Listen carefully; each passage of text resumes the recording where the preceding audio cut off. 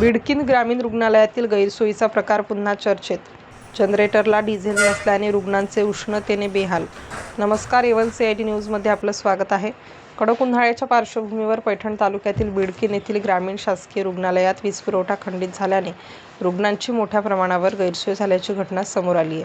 महावितरणकडून काही तासांसाठी वीजपुरवठा बंद करण्यात आल्याने रुग्णालयातील पंखे, वार्डमधील विद्युत सुविधा तसेच डिलिव्हरी विभागातील व्यवस्था विस्कळीत झाली. परिणामी महिला, नवजात बालके व इतर रुग्णांना प्रचंड उष्णतेचा सामना करावा लागला. विशेष म्हणजे रुग्णालयात डिझेलवर चालणारे जनरेटर उपलब्ध असतानाही त्यामध्ये डिझेल नसल्याचे कारण देत संबंधित ड्युटीवरील डॉक्टरांनी जनरेटर सुरू केले नसल्याचा आरोप नातेवाईकांकडून करण्यात आला. या दरम्यान कर्तव्यावर असलेले डॉक्टर राकडे यांचा मोबाईल फोन चोरीला गेल्याची घटना देखील घडली.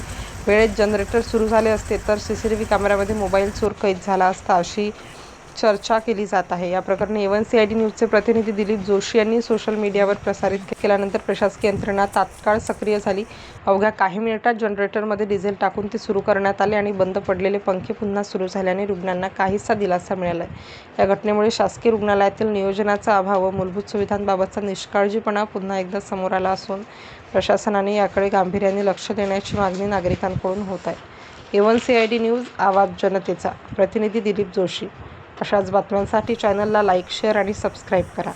मुख्य संपादक MS बर्फे.